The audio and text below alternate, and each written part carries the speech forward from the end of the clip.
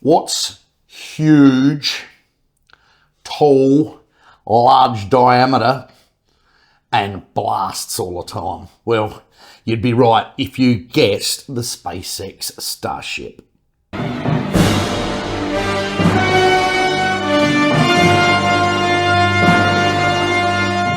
Now, everyone that talks to you about Starship, they come from the angle of being a rocket scientist. Now, it's all very clear, and it should be to regulars of Range Anxiety's channel, that I am not a rocket scientist, but I do like rockets. You know, it's like a boyhood, childish thing. I love them. And when you look at Starship, it's the most gigantic spaceship ever. As you'll see up there, it's just a monster of a thing, and it's cool, and it's shiny, and it's loud, and it's wicked. So let's have a talk today about Starship in layman's terms, so you don't have to be a rocket scientist to understand why this is important, how it works, and basically what it means for the future of civilization. Have a look at it launch. It's got massive power from its Raptor engines. I did a quick calculation, i.e. not a rocket scientist, and it's got about the same amount of grunt as 73 747 jumbos. That's a lot of grunt. That's a lot of planes lined up. That's how much thrust this thing needs to get off the ground and skyward. We've all seen some amazing images of the booster. So the booster's the bit on the bottom, the Starship's the bit on the top. The booster's full of all the fuel for launch, and all the energy gets used going up and to the edge of the atmosphere. That's the hardest thing to do in space flight, really, is to get it up there. And then the booster detaches and comes into land, so it's reusable. Now, not every time do they land, but see, not every time the LS engines work as expected either. Not every time do they land. Sometimes they catch them, sometimes they ditch them in the ocean, depending on reusability and how many cycles old it is. But we all remember the famous chopstick catch, which first happened just over a year ago. That right there is the most amazing feat of physics and engineering you'll likely ever see in your lifetime. It is just an amazing thing that something as big as a building can be slowed down and caught in some mechanical arms. Like the amount of software and physics that goes, it's just beyond my mind anyway. And have a look at the sheer size of the thing. That video up there shows you how big this whole structure is compared to a bunch of humans. It is impressively massive, and the fact that it can fly is equally as perplexing. But it needs to be that big to make it out of the atmosphere and to have enough potential range to meet and refuel and get to Mars, which is the whole purpose, is to make life multi-planetary. And, you know, who wouldn't want to die on Mars? Unless, of course, it's on impact.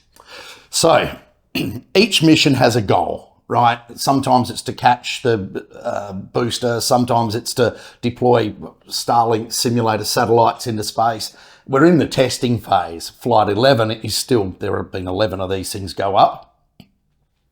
It's still a testing phase, and there's still plenty to do before they shoot one off at Mars in 18 or so months, when the Earth-Mars cosmic window is open and makes flying there feasible.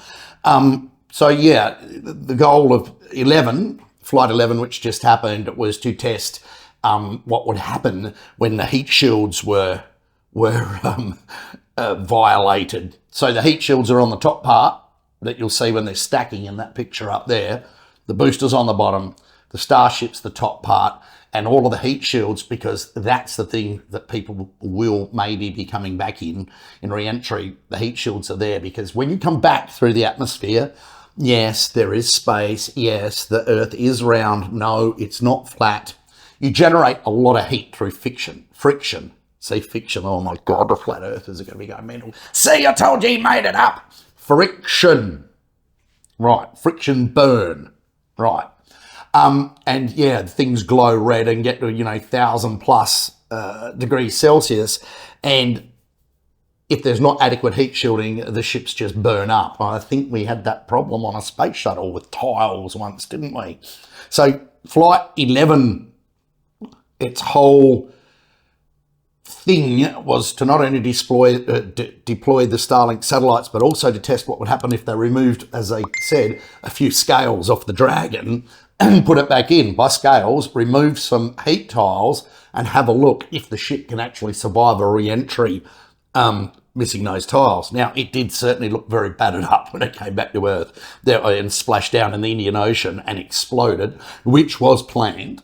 However, it seems to be a great success for the mission, the fact that it made it through peak heating and made it down to the ground without disintegrating. So you see, that was the test, and you can see the heat tiles, and you can see the re-entry heat, how it affects them in pictures up there. And yeah, it's amazing. So next flight will be on a new pad. This one's been retired, and they're going to, SpaceX are going to attempt to catch the booster and the Starship. So it will be excitement guaranteed. Look for that around January, February next year. It will be exciting. And so when you see the media say, oh, Starship exploded, you'll now know that most of the times it has been planned to be done that way and not part of a rapid, unscheduled disassembly, which is rocket engineer talk for kaboom.